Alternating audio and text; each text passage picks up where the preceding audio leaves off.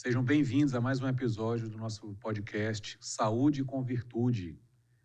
Hoje nós temos aqui um convidado especial, o diácono Vitor Hugo, do Instituto Verbo Encarnado. Está nos dando o prazer e a honra da sua visita aqui. Veio participar também do Congresso Tomista que está acontecendo aqui em Fortaleza. E hoje vamos tratar de um tema muito profundo, mas que nós vamos fazer de uma maneira que você consiga entender a importância desse tema, que é essa relação da filosofia com o cuidado com a saúde, com a medicina. Vamos tentar. Vai dar certo, Thiago. E como é que a filosofia pode nos ajudar a entender melhor o cuidado com a saúde. Diácono, seja muito bem-vindo. Muito obrigado, doutor Felipe, obrigado a toda a audiência, todos aqueles que assistem o seu podcast. Com certeza é um tema muito importante, a gente se preocupar com o homem inteiro, Imagina, um podcast sobre saúde com um doutor, um médico e com um padre, com um diácono, um religioso, qual é a finalidade, mas vocês vão entender que tem tudo a ver.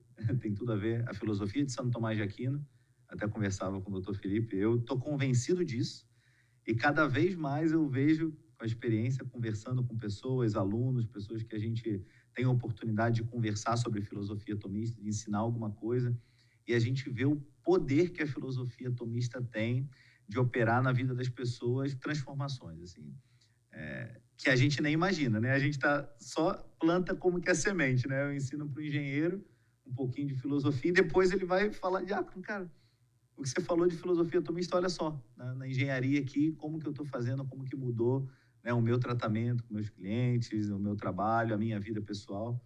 Então, bom, vamos ver se na medicina também a gente consegue fazer alguma relação com Santo Tomás. Essa relação, para mim, ela é hoje, inclusive, indispensável, sabe, Diácono? Então, eu queria que o senhor falasse para a gente o seguinte, olha, nós conversávamos antes que para tratar de uma pessoa, a nossa missão na medicina é uma missão muito nobre e, ao mesmo tempo, muito grave, no sentido do grande bem que nós estamos lidando, que é a vida das pessoas. Eu digo sempre que, para tratar de uma pessoa, a primeira coisa que eu preciso saber é o que é uma pessoa, o que é um ser humano. Uhum. E hoje nós temos muitas visões conflitantes sobre o que é o ser humano. Uma pessoa entende de um jeito, outra pessoa entende de outro. Normalmente as pessoas não chegam a um consenso e nem procuram chegar numa verdade profunda sobre isso, apesar de que, no âmbito da medicina, se opera, se trabalha com uma determinada concepção, que às vezes não é declarada, mas que está lá. Sim. A concepção de que o homem é um ser puramente material, é uma espécie super evoluída de animal e que tem um epifenômeno no cérebro dele que faz produzir a mente, que um dia vai morrer e tudo isso vai se acabar e que pode ser fragmentado em vários pequenos pedaços para a gente cuidar, aliás, para a gente consertar as peças quebradas quando for o caso e pronto. Essa é a visão operativa do homem para a medicina moderna, Sim. Digamos assim, consensual. Mas nós sabemos que o homem é outra coisa muitíssimo maior que isso, E, como eu estava dizendo, existem várias explicações diferentes, díspares para uma determinada realidade, uma tem que estar certa, porque Sim. a verdade é una. E nós temos aqui Santo Tomás para nos dar com brilhantismo, essa explicação, nos esclarecer o que de fato é o ser humano, para daí sim nós conseguimos entender como é que nós vamos ordenar a vida da pessoa, o que eu chamo de desafio da normalidade. Isso. Hoje. Então, como é que Santo Tomás explica essa realidade para nós, Diácono? É fundamental, a gente saber o que é o homem, se eu quero curar o homem, se eu quero tratar o homem.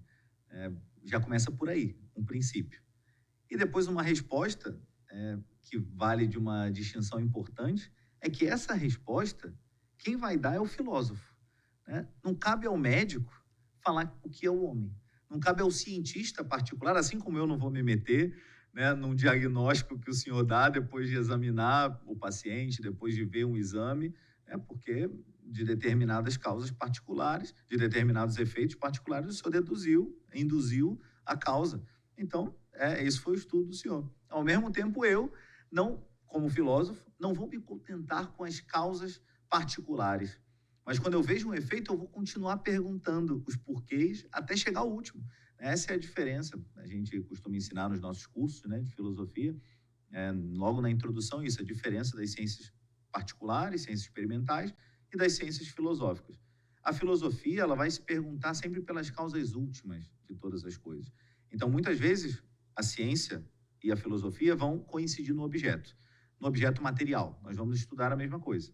Vamos estudar o homem, vamos estudar a natureza, vamos estudar o ser vivo, vamos estudar, qualquer objeto. Mas nós vamos discordar no método. Nós, como filósofos, vamos perguntar pelas causas últimas, não pelas causas próximas. Então, primeiramente é isso, né? Um exemplo clássico que eu sempre dou é do físico, né? Por exemplo, o físico, cabe a ele me dizer em quanto tempo demora para que uma bolinha que é lançada de tal altura, de um prédio de tal altura, com determinado peso, quanto tempo ela demora para cair no chão com tal velocidade, por exemplo.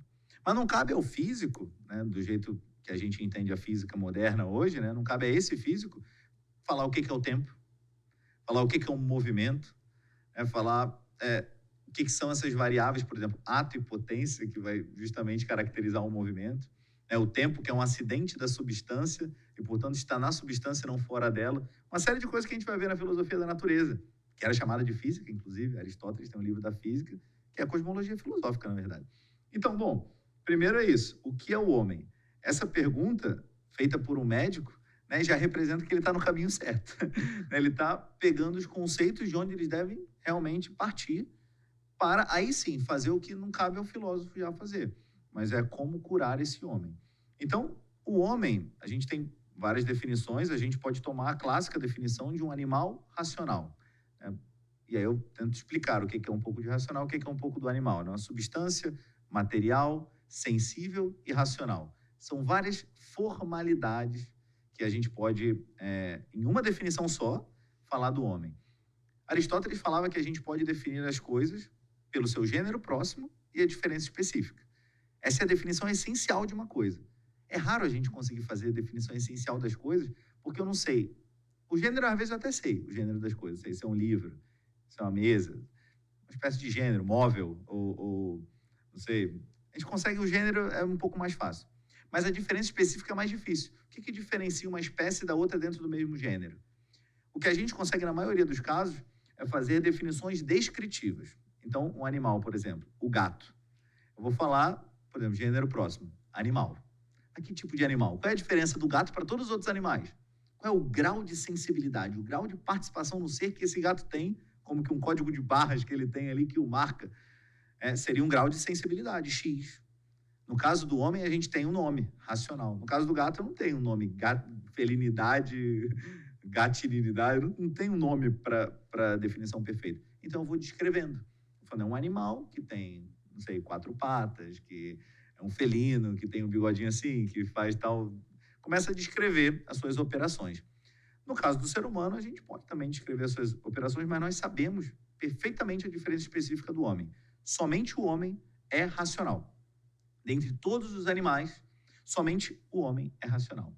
E é claro que o próprio Aristóteles, Santo Tomás também fala isso. O mais perfeito do inferior toca no menos perfeito do superior. Então, a racionalidade, que é a diferença específica do homem, ela já, de certo modo, está fora do gênero animal. Ela faz parte do gênero intelectual. Por isso que aí fica uma provocação também, né? Pode ser que uma definição melhor de homem, melhor do que animal racional, seja, por exemplo, um intelectual racional. Ou alguns até propõem um animal cogitativo, que é o grau de sensibilidade do homem. Que é cogitativo, a ratio particularis, é o mais perfeito do plano material que pode chegar um animal. Que a gente vai ver, depois eu posso explicar, que nos outros animais é uma potência chamada estimativa, que é um sentido interno. Depois a gente pode também destrinchar isso. Mas animal racional é um intelectual racional, porque é diferente dos outros intelectuais também. Nós sabemos que temos os anjos, que Santo Tomás vai chamar de substantia separata, né? Substantiae separatis, o tratado que ele fala sobre as criaturas espirituais, por exemplo, os anjos, que são intelectuais, mas não são racionais. Ou Ou seja, não tem um intelecto que passa da potência ao ato e sim conhece de modo intuitivo as coisas. Sobre os anjos, daria para gravar um podcast inteiro sobre eles, mas de modo bem simples, a diferença que o ser humano ele tem a razão, ou seja, ele faz raciocínio, é a terceira operação do intelecto. Nós temos a simples apreensão, pela qual chegamos ao conceito, temos o juízo, pela qual compomos e dividimos conceitos, isto é isto não é isto. E temos o raciocínio, pelo qual fazemos silogismos. Isto é isto, todo isto é isto, logo isto é isso. Chega a conclusões novas. Só o homem conhece assim. É um modo próprio, racional, de fazer cálculos e ir crescendo, né? A gente, poxa, Santo Tomás fala, ele fala isso. Nós não conseguimos esgotar no nosso conhecimento a essência nem de uma mosca. Nem de uma mosca a gente consegue. A gente vai conhecer uma mosca, conceito. Depois eu vou saber que a mosca voa, eu vou começar a acrescentar conteúdo para essa noção ficar cada vez mais rica, mas eu nunca vou conseguir esgotar. O anjo não. O anjo, ele já tem infuso no seu intelecto essa espécie, mosca. E riquíssima, com toda a riqueza ontológica dessa espécie. Então ele já exaure o conhecimento da mosca. Já o homem não, o homem tem que ir como que desenvolvendo-se através do conhecimento. Só que essas várias formalidades, aqui eu já entro para responder mais de forma concreta, animal, racional, o que é um animal? É uma substância material, sensitiva, tem conhecimento sensível, isso é um animal. Só que não significa que são 3 formas substanciais. Não é que o animal ele é substância, tem uma forma. Isso os antigos pensavam, não é bobeira, elocumbração filosófica do diácono, não. Isso Platão mesmo já tinha algo parecido, vários antigos também pensavam assim. Não é que o animal tem uma alma que o faz substância, que o faz coisa. Depois tem outra alma que o faz vegetal, né? Já que ele se reproduz, cresce, morre, respira, etc. E como outra alma que o faz conhecer sensivelmente as coisas, ter paixões, etc., sentir dor, etc. Não é isso. É uma alma só. No caso do animal, a alma animal. No caso do vegetal, a alma vegetal. Só que, no caso do animal, a alma animal ela é mais rica ontologicamente, ela é mais perfeita que o vegetal. Então, ela contém a virtualidade dessa forma. Ora, e a alma racional? A alma do ser humano? Também. É uma alma só. Apenas uma forma substancial, a unidade do ser humano que a gente falava.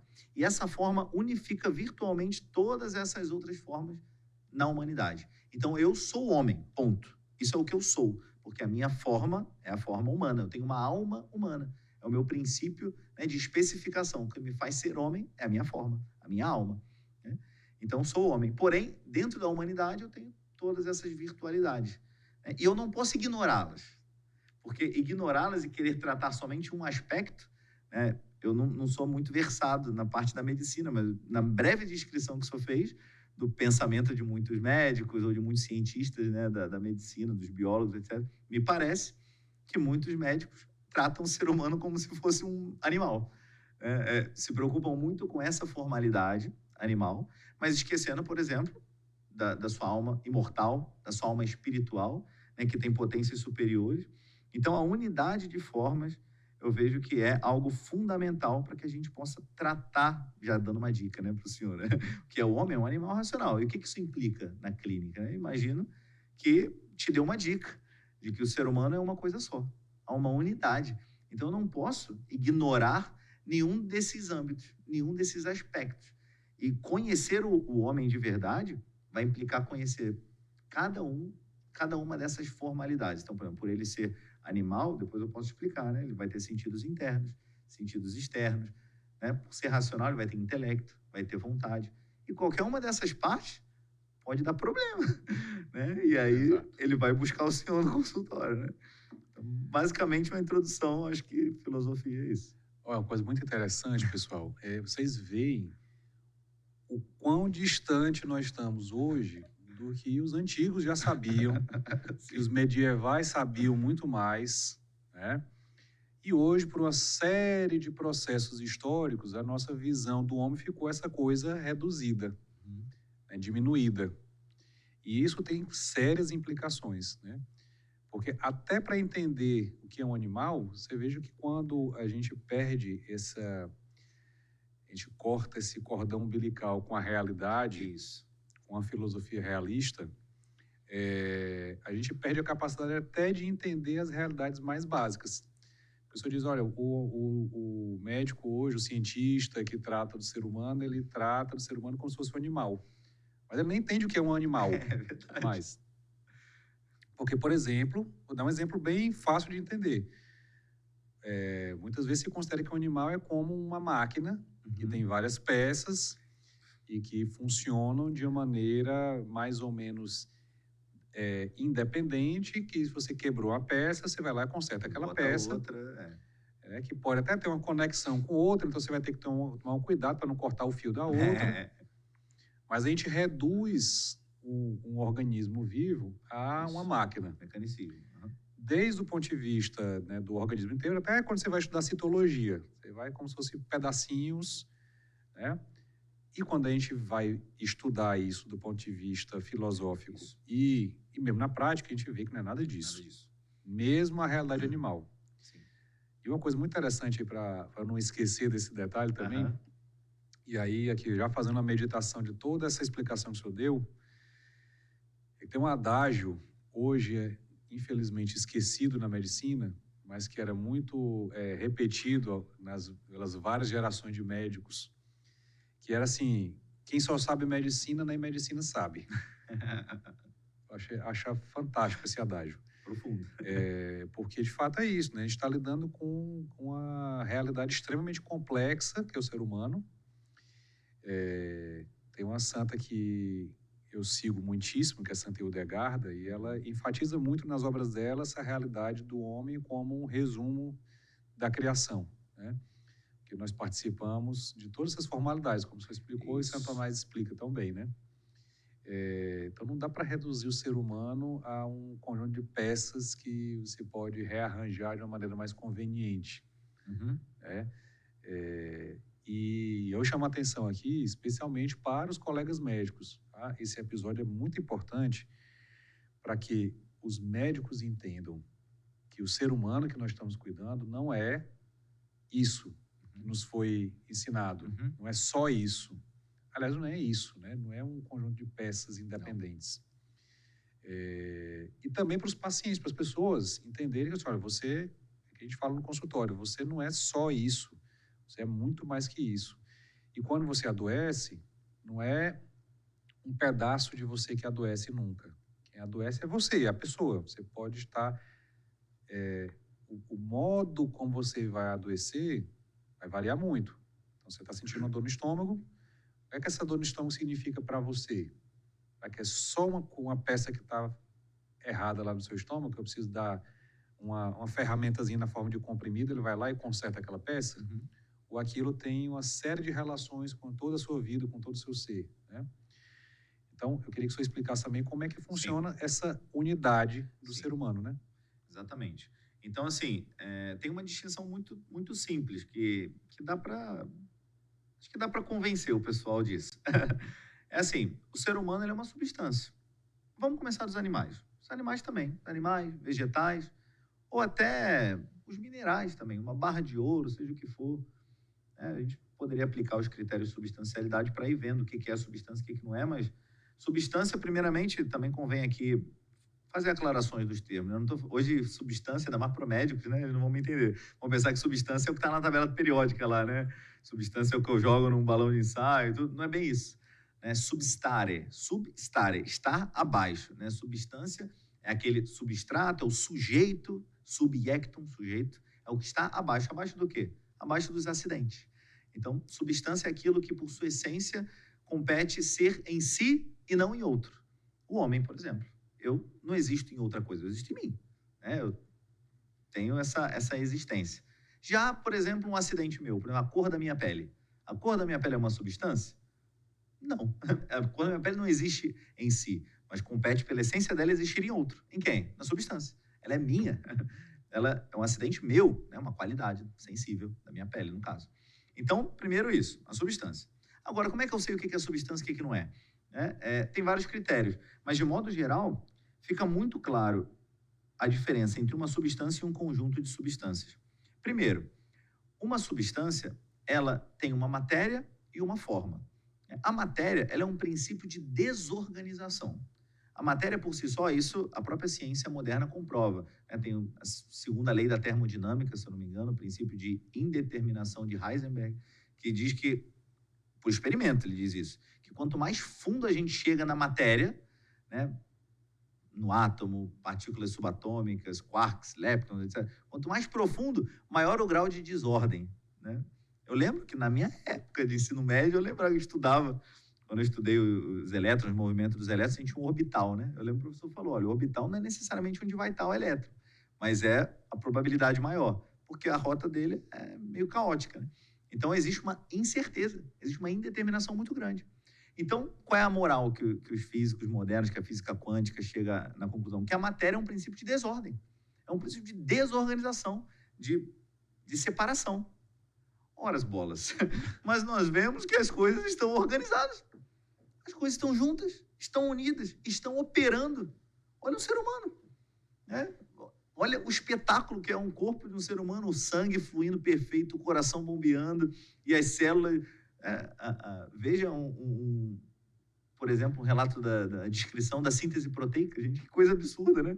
Vem o ribossoma, parece brincadeira, o trenzinho, né? Aí lê, aí depois vem o RNA mensageiro e fala, gente, isso é perfeito. Isso é um filme, que alguém escreveu, um roteiro, né? É uma complexidade perfeita. Vai me dizer que essa matéria está desorganizada? Hoje a gente consegue ver, Diago, inclusive, assim, proteínas dentro da mitocôndria, proteína que faz o ATP. Sim. Você, lá no ensino médio, já aprende lá isso. O ciclo de Krebs, a cadeia de transportador de elétrons. Aí você vai ver lá, hoje a gente consegue ver com detalhe como é que ele está operando, tem uma turbina lá dentro.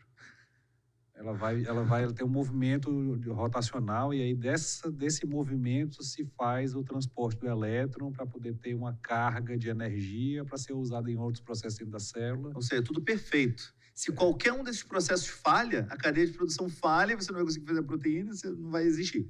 Eu tenho estudado um pouco de biologia, agora tem uma disciplina nova chamada biologia quântica.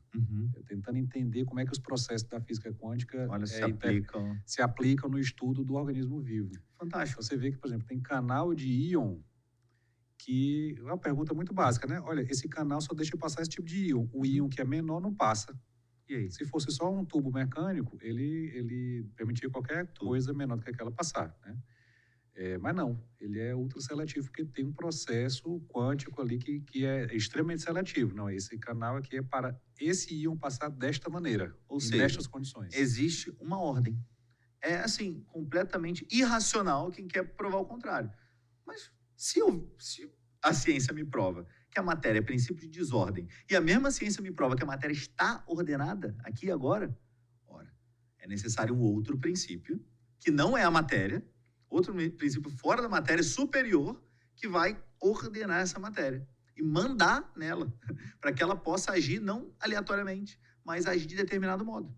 E de determinado modo bem específico. Por exemplo, o jeito que o ribossomo, não sei, funciona no ser humano, é completamente diferente do modo como ele vai funcionar, não sei, numa planta, num animal irracional, por exemplo. Por quê? Porque a forma é outra. A forma, ou seja, o meu sangue, ele não é sangue, ele não é água, por mais que ele seja composto por várias substâncias, inclusive a água, por exemplo, ele é parte minha. Então, sou eu, é parte minha. É a minha forma que está mandando nele. Então, existe claramente em todo ser vivo, e até nos seres inanimados também, as substâncias inanimadas, por exemplo, um bloco, uma barra de ouro, por exemplo, existe uma substancialidade ali, porque senão esses elétrons, esses prótons estariam dispersos. Mas existe aí algo que o une. Nós chamamos isso de forma substancial. Aristóteles já chamava de forma substancial. Acontece que a forma substancial dos seres vivos nós chamamos de alma. É somente uma mudança de nomenclatura. Mas a alma, ela já dizia Santo Tomás, né, ela nada mais é do que a forma do corpo. Ela é a forma dessa matéria, que unifica e organiza essa matéria para que ela esteja unida e age de determinada maneira, ou seja, como ser humano. Isso não acontece com um conjunto de substâncias. Por exemplo, um computador, né, ou um automóvel, um carro. Não existe uma forma carro que faça o carro ser carro. Cada peça ali é um conjunto de substância, uma unidade de ordem. Alguém, alguma inteligência, pegou essas peças e ordenou, parafusou, pregou, colou, e ele está junto, está unido. Eu sei que ele está unido. Apesar da tendência para desordem, ele está ordenado. Ok. Mas não é uma coisa natural. Alguém de fora fez isso. E a prova é muito fácil. Tira uma peça do carro, tira o motor, ele vai parar de funcionar. Coloca de novo, vai voltar a funcionar. Agora tira, não sei, a cabeça de um homem, vai morrer. Bota de novo para ver se ele vai voltar a viver. Não vai. Por quê? Porque ocorreu a corrupção dessa substância, a morte. Se separou a matéria da forma. Acabou essa substância. Agora, você pode até fazer a geração de outra substância. Não pelo Frankenstein, juntando órgãos, mas a geração do homem a gente sabe como é que é no ventre materno. Naquele momento acontece a geração. A mudança substancial. Deixa de ser para virar outra coisa. Deixa de ser o que era para virar outra. Então, para mim, é muito claro que existe uma diferença abismal entre um homem e um robô. A gente vê hoje muito esse lobby, né, na indústria cinematográfica, inclusive fazendo filmes, séries, né, do robô com sentimentos, chorando. Gente, pode mimetizar, inteligência artificial, né? Pode mimetizar o que você quiser do ser humano, né? Não vai ser um homem. Por quê? Porque vai ser um conjunto de substâncias explicável totalmente pela soma das suas partes. O ser humano, gente, ele não é explicável pela soma das suas partes. Você pode conhecer cada órgão perfeitamente, o funcionamento de tudo, estudar cada neurônio, cada sinapse, tudo. Você não explica um ser humano. Não explica. Por quê? Porque quando entra a forma na matéria, muda. Deixa de ser o que é e vira outra coisa. Ganha propriedades novas. Inclusive, esse é um critério de substancialidade, para saber se uma coisa é substância ou não. Quando juntou, ganhou propriedade nova, mudou o que era, então, muito provavelmente, é uma substância. Então, me parece claro nesse sentido que essa confusão é muito perniciosa, porque o que advém dela, né, é um erro. Então, se eu acho que o homem é um conjunto de substâncias, então eu vou tirar uma parte dele e vou botar outra, e tá bom, como que eu mando na natureza. Mas não. A natureza ela já tem um ser, ela tem um grau de ser. O homem tem uma participação no ser, um código de barras específico que o marca. Então, isso eu não posso alterar. Eu posso fazer as mudanças acidentais que for, mas quem ele é, eu não posso. Se eu forçar a barra, corrompe a substância. Então, isso é interessante, uma implicação prática dessa doutrina filosófica. É isso mesmo. Então, o senhor estava falando, eu pensei aqui que já tem, como conclusões disso que o senhor acabou de expor, temos 3 coisas que são um alento para as pessoas, se você parar para pensar. Primeiro, a pessoa entender que ela, dada essa explicação, ela não é um fruto do acaso. Isso. O ser humano não é uma criatura que simplesmente apareceu por acaso na existência, mas foi fruto de uma decisão amorosa e livre de Deus. Ele escolheu que você existisse. Segundo, que a sua alma, ela persiste. Isso. Que você não vai desaparecer com a morte, mas aquilo que lhe faz ser o que você é, de fato, persiste, né? Permanece. E não vai desaparecer nunca. E terceiro, que a sua vida não você não está solto no oceano de acaso também, mas que você tem uma finalidade. Você foi criado por Deus para um determinado fim, né? Então, existe um projeto para a sua vida. Você não está lá solto a esmo, né? Então, é muito interessante isso, as pessoas entenderem essas 3 realidades, que você é fruto de uma decisão livre e amorosa de Deus, que a sua alma, aquilo que lhe constitui mais fundamentalmente, vai permanecer e que essa permanência tem uma finalidade maior. Fantástico. Vou comentar brevemente sobre essas 3, porque eu concordo plenamente. Então, primeiro, Deus, né, não nos criou por acaso. Nós não somos frutos do acaso. Por mais que essa resposta seja teológica, aí eu vou admitir, digamos assim, mas tem um arcabouço filosófico também. À luz da razão, a gente pode chegar nessa conclusão também. Então, assim, Deus nos criou com uma finalidade, não foi ao acaso. Por quê? Porque a nossa alma, toda forma é ato. Toda matéria é potência e a forma é ato. Então, o ato, ele é perfeição. E a potência é uma capacidade de receber uma perfeição. Então, a matéria é uma potência. A matéria-prima, a gente vê que é uma potência passiva, a capacidade de receber um ato. Esse ato é a forma, é a alma. Só que esse ato, por sua vez, ele não é toda a perfeição do mundo. Ele é uma perfeição determinada. Então, a gente sabe que ele também é participado, né? Isso é um processo mais complexo, chama Resolutio in Fundamentum, que é todo um processo que o padre Cornélio Fábio conseguiu cunhar para chegar desde as atualidades mais acidentais que nós vemos nas coisas, até o ser delas, o mais profundo delas, e do ser delas ao ser de Deus, que é o ipsum esse subsiste, né? O próprio ser subsistente. Então, essa resolução, ir das coisas para Deus, que sustenta essas coisas, prova filosoficamente essa primeira premissa que o senhor colocou. Então, se eu tenho uma alma que é ato e transmite esse ato para o meu corpo, quem transmitiu esse ato para a minha alma? Né? Aquele que é ato puro, que Aristóteles vai chamar do primeiro motor imóvel, aquele que move todo sem ser movido, porque ele tem ato e só ato. Então, esse é Deus. Então, está provada essa primeira tese filosoficamente, sem a fé. Depois, o senhor comentou eu anotei aqui, forma, inclinação. Toda forma segue uma inclinação. Então, a nossa forma, homem, né, vai seguir também as inclinações próprias de um homem. Né? Então, eu vou obrar de acordo com a minha forma. Né? A essência humana justamente é isso, é princípio de operação. Você não vai ver um ser humano sair voando por aí. Assim como você não vai ver uma formiga rindo. Santo Tomás ele fala a risividade, né? Risividade é uma característica do homem, né? Eu gosto de rir bastante. Tem um aluno do colégio lá, eu estou missionando atualmente no seminário menor, e a gente vai no colégio, às vezes, pregar na missa, dar os bons dias, boas tardes para as crianças. E aí teve um aluno que falou, o senhor só sabe rir? Eu falei, deixa eu ser feliz, né?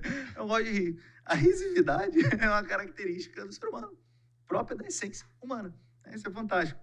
Então, a nossa forma segue a nossa inclinação. Assim está provado a segunda tese do senhor. E a terceira, a imortalidade da alma. Esse tema, doutor Felipe, é fantástico. A imortalidade da alma. Porque a gente, até agora, igualou o ser humano aos animais, aos vegetais e aos minerais. E diferenciamos todos eles em bloco do conjunto de substâncias, das unidades de ordem. Seja as unidades de ordem naturais, por exemplo, uma montanha, é um conjunto de substâncias que a gente vê na natureza. Né? E também das unidades de ordem artificiais, feitas pelo homem. Aí vai um robô, um carro, um computador, etc. Mas também não é porque tem alma que é tudo igual. Né? Não é porque tem forma que é tudo igual. Existem vários tipos de alma. E somente a alma do ser humano é imortal, porque é espiritual. A alma dos vegetais e dos animais irracionais são almas, podemos dizer assim, perecíveis. Elas não subsistem sem o corpo. Elas não subsistem sem a matéria. E a explicação depende de vários critérios, digamos assim, mas vou fazê-la de modo bem breve, racionalmente, provando a imortalidade da alma. Então, uma coisa é imortal, eu posso dizer que uma alma é imortal quando ela é incorruptível, ou seja, não se corrompe, e subsistente, ou seja, existe, subsiste sem o corpo. Incorruptível, a alma humana é. Por quê? Porque ela é imaterial. Ela é imaterial. Justamente, o princípio material é a matéria. A forma é imaterial. A matéria, a substância material, os corpos, eles têm uma característica chamada extensão. São extensos. Tem quantidade. É um acidente. O primeiro acidente da substância material é a quantidade. Ela tem, de Santo Tomás, partes extra partes, parte fora das partes. Tem uma parte aqui, outra aqui, outra aqui, outra aqui. Isso vai gerando extensão. Eu tenho um corpo extenso. A alma não é corpo. Então, ela não tem partes. Né? Quando eu separo as partes da matéria, eu quebro essa matéria. Ela se corrompe. A alma, nós vimos que não pode ser um corpo. Porque o Santo Tomás prova, né, na Suma. Depois vocês podem ver. Ele fala, tem um argumento que prova que o primeiro princípio de vida não pode ser um corpo, senão todo corpo seria vivo. A gente vê que o primeiro princípio de uma coisa tem que possuir essa coisa por essência. Então, o primeiro princípio de vida tem que ser vivo por essência, e tudo que tem esse princípio tem que ser vivo. Então, todo corpo seria vivo. Mas como não é todo corpo vivo, somente algum corpo, então tem que ser um outro princípio que não é o corpo, que é a alma, que é espírito, que é imaterial, não é matéria. Então, primeiro passo, check. A alma é incorruptível, porque ela é imaterial. Mas não basta ser imaterial para ser imortal. Por quê? Porque se ela deixar de existir quando o corpo morre, Ainda que ela seja material, ela tem um momento que ela começou a existir e tem um momento que ela deixa de existir. Ela não é imortal. Para ser imortal, tem que existir para sempre. Né? Depois que foi criada, depois que recebeu o ser, não pode mais se desapegar do ser. Tem que abraçar o ser e ficar juntinho para sempre. Então, ela é incorruptível. Perfeito. Mas ela também é subsistente. Ou seja, a alma humana existe sem o corpo. E por que ela existe sem o corpo? Porque ela pode obrar sem o corpo. Operare sequitur esse. O obrar segue o ser. O obrar segue ao ser, já dizia Santo Tomás. É o princípio dos escolásticos. Então, eu sou, né, eu obro do jeito que eu sou. Né? Eu faço as coisas que estão dentro da minha capacidade. Então, a alma humana, ela pode obrar sem o corpo. Quando que ela pode obrar sem o corpo? Quando ela conhece.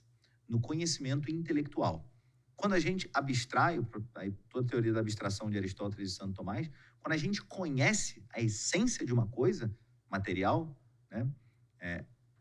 Quando eu abstraio essa essência e chego a um conceito de uma coisa, um conceito universal, que se aplica a todos os particulares, por exemplo, o conceito maçã. Eu olhei para uma maçã, comi a maçã, senti o gosto, tive um conhecimento sensitivo, e a partir desse conhecimento sensitivo, né, o meu intelecto iluminou esse fantasma, essa imagem, e abstraiu dele, deixou para trás todas as condições de matéria e pegou só aquela parte espiritual daquilo ali, e imprimiu no meu intelecto possível, de modo que o atualizou e eu passei a conhecer um conceito de maçã que é imaterial e se aplica a todas as maçãs concretas que eu vou ver na minha vida. Então, nesse processo, gente, para que vocês entendam, a alma, ela obra sem o corpo. Sem o corpo. O processo de conhecimento intelectual não depende do corpo para nada. Ah, mas, Diácono, eu ouvi falar que nada que está no intelecto não esteve antes nos sentidos. É verdade. Para que eu conheça a maçã, eu preciso ter contato com a maçã. Mas os meus sentidos não são meio para o conhecimento intelectual. São apenas ocasião. Ocasião. Se eu não tiver ocasião, eu não vou conhecer. Mas não porque me falta o meio está perfeito. O exemplo que eu gosto de dar é como a diferença de um cego e de um homem que vê dentro de um quarto escuro. O homem que vê dentro do quarto escuro não vai ver nada. Ele não vai conhecer nenhum objeto. Mas não porque falta a ele um meio necessário. Ele pode ver. Ele tem as potências perfeitas. A potência cognoscitiva dele é perfeita. Mas não tem objeto para conhecer. Está faltando. Assim que aparecer um, ele vai conhecer. A mesma coisa o intelecto. Né? Olha só que implicação interessante. Um feto anencéfalo, por exemplo, né? Que tem uma atividade cerebral nula ou muito danificada, ou uma pessoa que tem alguma deficiência, alguma incapacidade mental. O intelecto dela está perfeito. Ela tem um conhecimento intelectual perfeito, igual o maior gênio, igual Santo Tomás de Aquino. Né? Tem a mesma capacidade de conhecer. Inclusive, se Deus infundir alguma espécie nela, ela vai conhecer. Ou se Deus infundir o fantasma, o intelecto dela vai conhecer também. Porque vai iluminar essa imagem, que não chegou pelo sentido, chegou por outro meio, mas vai conhecer igual. Porque está perfeito. Isso é muito importante também, diferenciar atividade intelectual de atividade neural, atividade cognitiva, cerebral, orgânica. Uma coisa é animal, sistema nervoso. Outra coisa é racional, ser humano. Só o homem tem intelecto e vontade, que é a inclinação para o conhecido pelo intelecto. Então, finalizando a imortalidade da alma, né, o ser humano pode conhecer sem o corpo. Então, ele pode obrar sem o corpo. Na hora da morte, né, a nossa alma e o nosso corpo se separarão. Mas a alma é incorruptível, ela não vai quebrar, ela vai continuar. E ela é subsistente, ela não precisa do corpo para obrar, então ela também não precisa do corpo para existir, ela vai seguir existindo. Isso é razão natural. Aí o que a fé vai me mostrar é o que vai acontecer com essa alma. Né? Mas a razão até aqui chega perfeitamente. Isso é interessantíssimo, né, Diácono? Porque isso dá insight para muita coisa, né? Primeiro que o que eu quero chamar muita atenção das pessoas é entender que isso tudo... Primeiro, o senhor chegou a todas essas conclusões aqui, conduzindo esse raciocínio super denso, mas com a razão natural. Quer dizer, a gente não está apelando aqui para nenhum documento da igreja, para nenhum dogma de fé. Nós vamos examinando as coisas como elas se apresentam, nós conseguimos chegar a essas conclusões todas, né? Segundo, que entender essas realidades é fundamental para que as pessoas, como eu disse, o médico entenda qual é a realidade que ele está lidando dentro do seu consultório, no hospital, no centro cirúrgico, onde seja, né? É tudo isso que está ali na frente dele, é tudo isso que adoece quando adoece, ou que sofre quando está sofrendo, né? e para as pessoas entenderem também que são muito mais do que normalmente é explicado para elas, ou às vezes não é explicado, mas que a pessoa está implícito, né, na maneira como se lida com o ser humano, está implícito que ela é outra coisa, mas ela de fato é isso tudo que você falou, né? Então ter esse entendimento, pessoal, é absolutamente fundamental para que você possa entender o que é ter uma vida normal, de fato, né? E uma coisa que é fundamental também, uma diferença que o senhor citou, que é causa de muita confusão, porque as pessoas confundem a atividade cerebral Isso. com a atividade do intelecto. Uhum. Porque como as palavras hoje estão muito bagunçadas, as pessoas perderam o léxico filosófico para entender o que é intelecto, o que é razão, o que é cognição, o que é mente, o que é psique. Então está muito bagunçado esses conceitos todos. E as pessoas confundem, né? O que a gente está falando aqui é que a atividade do intelecto, ela é uma coisa muito superior a qualquer atividade do cérebro. Isso, exatamente. E para não acharem que estamos forçando a barra, Santo Tomás já explica essas operações que hoje nós chamamos de mente, essas operações do cérebro, tá lá, é um sentido interno. São os sentidos internos, de maneira geral, na verdade, né? Já está lá explicitado por Santo Tomás, ele explica das potências cogitativas, especialmente, a memória sensível. E tudo isso que nós vimos, nós mapeamos hoje com o PET scan, com ressonância funcional, com a neurociência, tudo isso já está colocado, está explicado, não de maneira completa, porque nós não tínhamos o meio, Santo Tomás não tinha os meios de observação que nós dispomos hoje.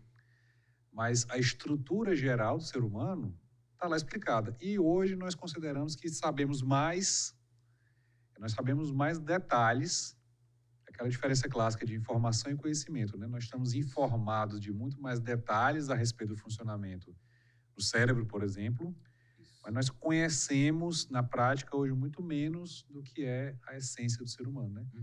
Graças a Deus nós podemos sempre recorrer aos nossos mestres, a nossa razão natural, né, como o senhor demonstrou tão bem, para reconectar esse conhecimento do que é o ser humano de fato, né?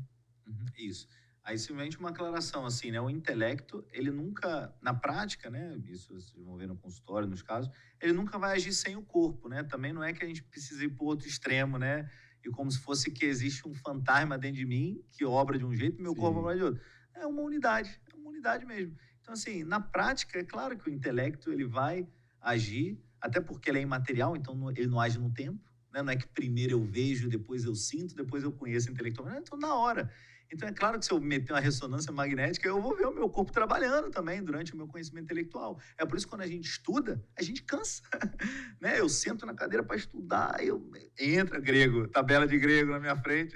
Eu estudei na Grécia, a gente estudava 8 horas por dia de grego, e era tabelas e tabelas e tabelas. No final do dia, eu queria falar qualquer coisa que não fosse grego, porque eu não aguentava mais, eu estava cansado. Por quê? Porque, óbvio, eu estou mexendo aqui, não só o intelecto, ele para abstrair esse conceito, ele não cansa. Mas para que esse conceito chegue até uma fase de abstração, meu olho olhou para a página, né? O meu dedo escreveu, a minha memória lembrou, a minha imaginação fez associações, né? Minha cogitativa trabalhou, trouxe impressões sensíveis. Então, meu cérebro está trabalhando pra caramba. Né? Isso me fez lembrar, inclusive, de uma coisa que também para fazer um esclarecimento, especialmente para o médico, tá, pessoal? Que nós vimos aqui que o ser humano é uma criatura extremamente complexa. Isso. Ao mesmo tempo, é um ser uno. Então, quando nós vamos cuidar dessa pessoa, nós temos que levar em consideração tudo isso. E nós temos que nos abster da tentação moderna de querer ter a totalidade do conhecimento sobre isso.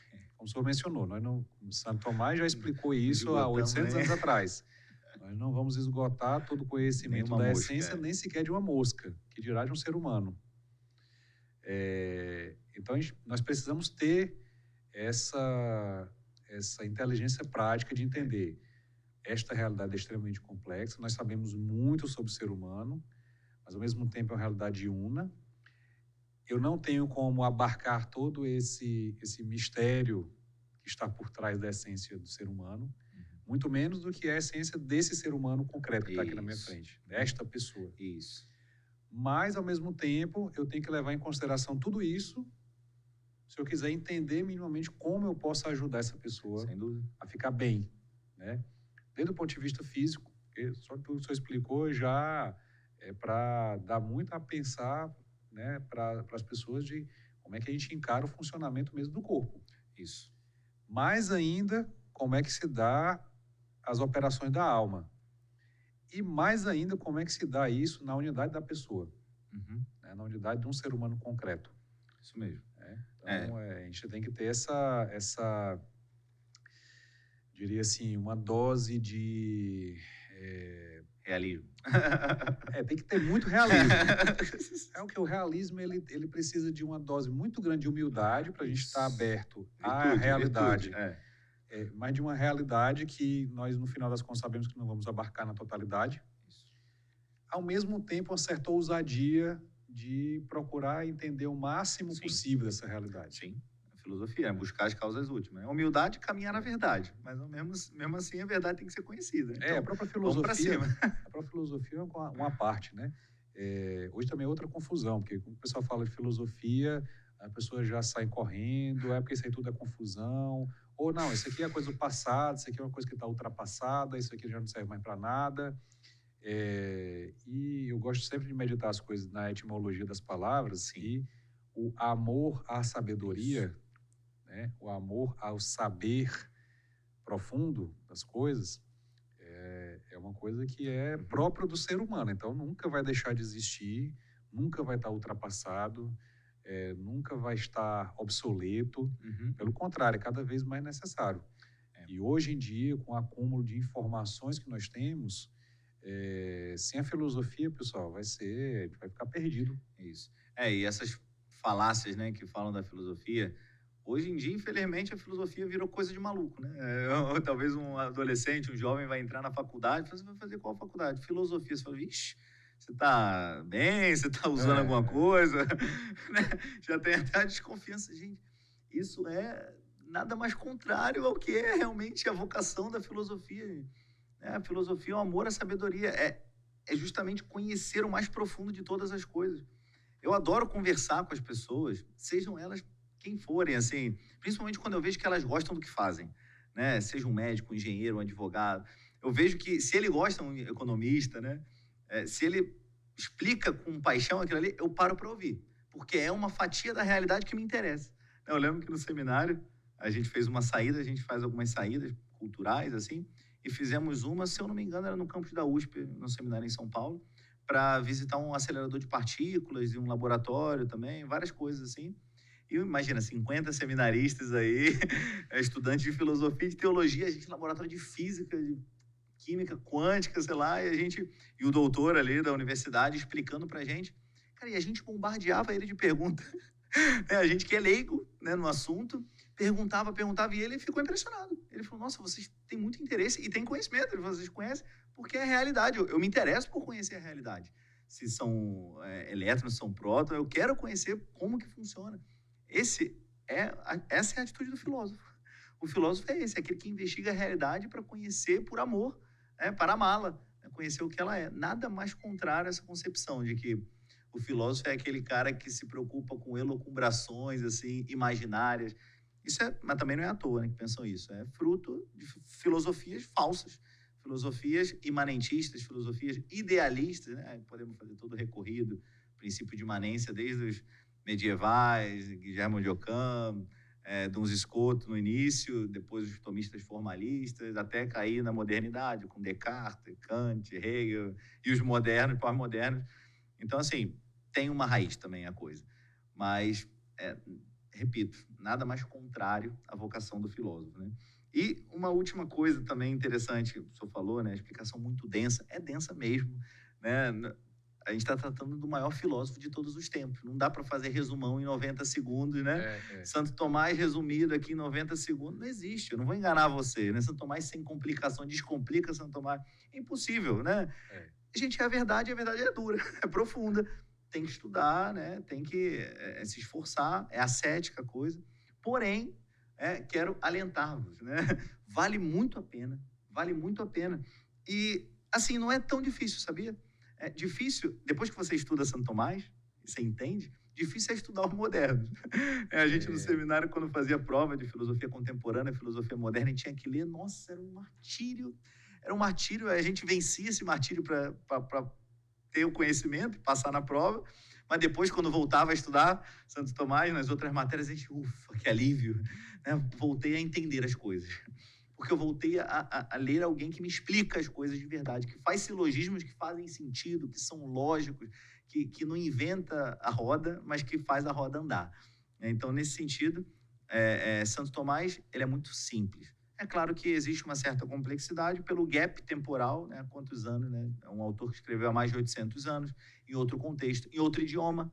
Por isso a importância de estudar latim, para lê-lo no original. Nós não temos ainda traduções boas no português, né? As traduções acabam pecando em um ou outro termo técnico importante. Então, o importante tem essa complexidade também. Porém, se a gente conhece bem os termos que ele usa, ato, potência, substância, acidente, matéria, forma, ser, essência, virtude, hábito. A gente começa a se familiarizar com isso, as explicações vão ficando bem simples. Então, é um esforço inicial, é um investimento inicial que se faz, mas que vale muito a pena, muito a pena. E depois os frutos vocês mesmos vão colher, dentro da vida profissional de vocês, dentro da vida pessoal, dentro da família, do trabalho. Aí depois você vem dar testemunho pra gente. Fantástico, fantástico, Diácono. Infelizmente, nosso tempo está acabando, mas olha, eu quero deixar aqui para todos o convite para assistir, reassistir, procurar se informar mais. Eu queria entender um pouco mais sobre esse conceito aqui que o Diácono falou, queria entender um pouco mais o que Santo Tomás fala sobre o ser humano, sobre a alma, as potências, etc. Fica esse convite aí, eu queria despertar não a curiosidade, mas um desejo de conhecer mesmo, né? Como nós falamos aqui, é árduo, porque nós temos que nos livrar aqui de muitos conceitos equivocados que nós recebemos da cultura, da nossa educação, etc. Mas que o esforço, pessoal, vale demais a pena, porque Santo Tomás descreve para nós aquilo que nós conseguimos ver com a nossa inteligência, né? Então, as coisas vão ficando mais claras e mais belas também, como o próprio Santo Tomás diz, né? Como uma das notas da beleza é a claridade. Exatamente. Então, nós conseguimos ver as coisas de maneira muito mais bonita depois de estudar Santo Tomás, né? Então, a nossa vida vai ficar mais bonita também. O seu paciente, você que é médico, vai ficar também uma realidade muito mais rica, né? E, portanto, também a nossa ação fica muito mais gratificante, né? A gente sabe que está lidando com uma realidade muitíssimo mais rica do que aquilo que foi nos apresentado. Então, fica o convite aí a vocês, façam um convite adicional, sigam o trabalho do Centro Tomista, né, do Padre Carlos, do Diácono Vitor Hugo. Tem um podcast espetacular, que é o Mordendo a Realidade, que eu recomendo efusivamente, tá? Eu mesmo sou consumidor do conteúdo e fica aqui o convite a vocês também, tá? É importante que nós recuperemos a nossa visão de mundo, a nossa visão do homem, para poder cuidar da saúde de maneira realista, né? Como disse um professor amigo, quem sabe a gente não consiga aqui desenvolver de fato uma medicina tomista, uma medicina realmente calcada na realidade. Fantástico, olha só. Aí toca o senhor. A gente faz essa parceria, depois o senhor devolve. É bom que é fácil, né? É um desafio bem fácil. Olha, fantástico. Muito bom. Mas é isso, Diácono. Fico muitíssimo feliz por sua participação. Gratíssimo. Muito obrigado, doutor Felipe. Espero que tenhamos outras oportunidades para desenvolver, porque esse assunto aqui eu acho que daria umas 5 horas fácil. Fácil. Estamos disponíveis. Muito obrigado, agradeço a todos, né, que ouviram. Muito obrigado pelo convite. Isso, estou disponível se precisarem. Muito obrigado, meu irmão. Amém.